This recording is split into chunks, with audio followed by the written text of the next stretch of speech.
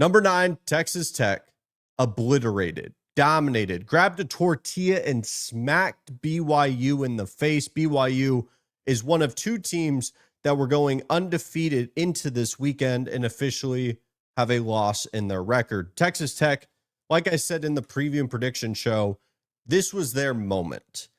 This was their opportunity to showcase on a national stage. The first time since 2007 College Game Days in town. You have the Fall Don't Lie tour in town for the first time ever. This was Lubbock's moment, and it showed.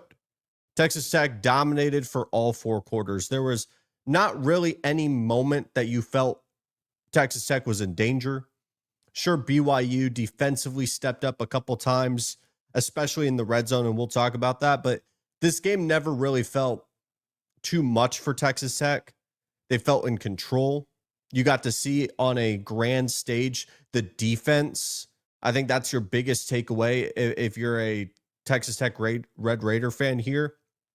The defense continues to scale depending on whatever matchup they're facing against. And sure, we have the instance of them against Arizona State, and we could talk about that on the broader spectrum of national title status. But in this game, Texas Tech was incredible. More specifically, Jacob Rodriguez, or better known as J-Rod, whichever one you want to choose. He had an interception, a fumble recovery. What was it? 9 solo tackles. The linebacker from Texas Tech, he is the star of the show. We could talk about Baron Morden. We could talk about Douglas on the outside, Virgil on the outside. And there's a lot of different stars on this Red Raiders roster, but I think the key guy, the one that is the face of the franchise right now, is Jacob Rodriguez, the linebacker.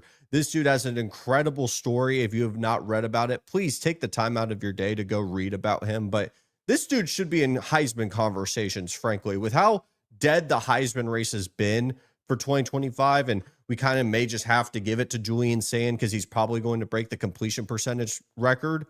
Jacob Rodriguez should be right there in the conversation. He is the closest to a Heisman linebacker that we've had since like Manti Te'o, and arguably Jacob Rodriguez has better statistics than a guy like him. And I think him, Haynes King, these incredible stories, sure, they're not the top 3 team in the country, but this team would be so far from elite if they didn't have a leader and a player like Jacob Rodriguez. Texas Tech was phenomenal. There's not enough adjectives in the glossary, in the dictionary, that I could use to describe what kind of dominance we saw on this early slate. The environment was incredible. Everything about that morning was great for Lubbock, Texas. They were 5 for 5 on field goals, and I think that piece I want to double click into before we talk about BYU. If we want to see Texas Tech as a national title contender, it's really going to come down to the red zone offense. That is going to be the small detail that makes the difference between this team being a national title contender and a team that can win a game or 2 in the college football playoff. If you want to scale to the Big Ten, to the SEC, and be able to beat the top of those conferences, I think you have to make sure that these 3s are turning into 7s. And I understand that's the most grass is green, sky is blue type of statement. But at the end of the day, when you have a team like, say, Georgia, not even the top of the SEC, and you face them round 1, say your defense is playing great, the offense is playing well enough, and they're getting enough field goals to get a sizable lead. We could talk about maybe, I don't know, what's a good number here, 16, and you've held this Georgia team to like 10. And you keep getting these field goals, say 3 straight red zone trips turn into field goals, and all of a sudden they flip the switch, 4th quarter, Georgia steamrolls all the way, and you're just sitting there thinking of specific plays that could have turned that 6-point lead into double digits and feel much more confident going into that 4th quarter. I think Texas Tech has all the pieces there. Offensively, they have the weapons on the outside. Their tight end is incredibly dynamic in the open field. When Baron Morton's healthy and fully able to scramble and create things on the outside, the offense is very good. The defense, we know what it is. It's elite. But the red zone offense will hold them back, and it could be the Achilles heel when we talk about them being a college football playoff contender, which they are. If anything, they're a favorite to come out of the Big 12. I know that for a fact. And the difference between them being in the upper echelon with the Indianas of the world, the A&Ms, and of course, the Ohio States. I have to say for BYU, this was just the perfect storm for them to get beat. their offense does not match up well with a Texas Tech defense. We obviously saw that. They did get a couple of late scores, but I got to record my recap video on my TikTok by middle of the third quarter because there wasn't much of a pulse in terms of an offensive productive day. We're talking about a zone read offense that loves to run the ball with LJ Martin. LJ Martin's banged up with a shoulder injury. You're going against the number one rushing defense in the entire country.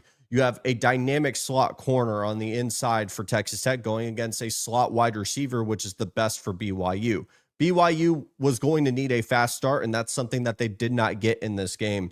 And as much as a lot of people love Bear Bachmeier, and rightfully so, we're talking about a big, true freshman, bruising quarterback, kind of a story that you just kind of have to fall in love with if you're a college football fan. Where's the number 47? But at the end of the day, you're going to have to beat Texas Tech through the air. You're not going to be able to beat this front seven, especially going on the road. I get it. You have a bye week. I get it. You're bringing a couple stars back, but sometimes it doesn't matter when the talent discrepancy is so large between these two programs.